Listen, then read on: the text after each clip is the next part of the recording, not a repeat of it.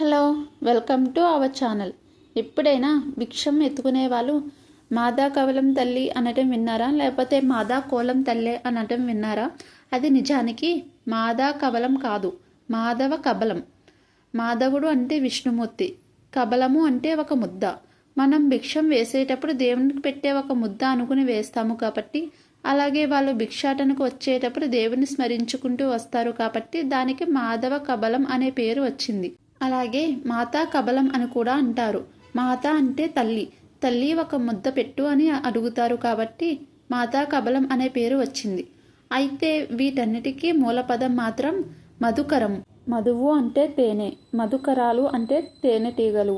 ఏ విధంగా అయితే తేనెటీగలు ఎన్నో పూల నుంచి సేకరించిన మకరందాన్ని తేనెగా మారుస్తాయో, అదేవిధంగా భిక్షాటన చేసేవాళ్ళు ఎన్నో ఇళ్లకు తిరిగి వాళ్ళందరూ పెట్టే పట్టెడు అన్నం, పిడికెడు బియ్యము తీసుకొచ్చి అది ఆహారంగా తిని బ్రతుకుతారు కాబట్టి వాళ్ళని మధుకరము అంటారు.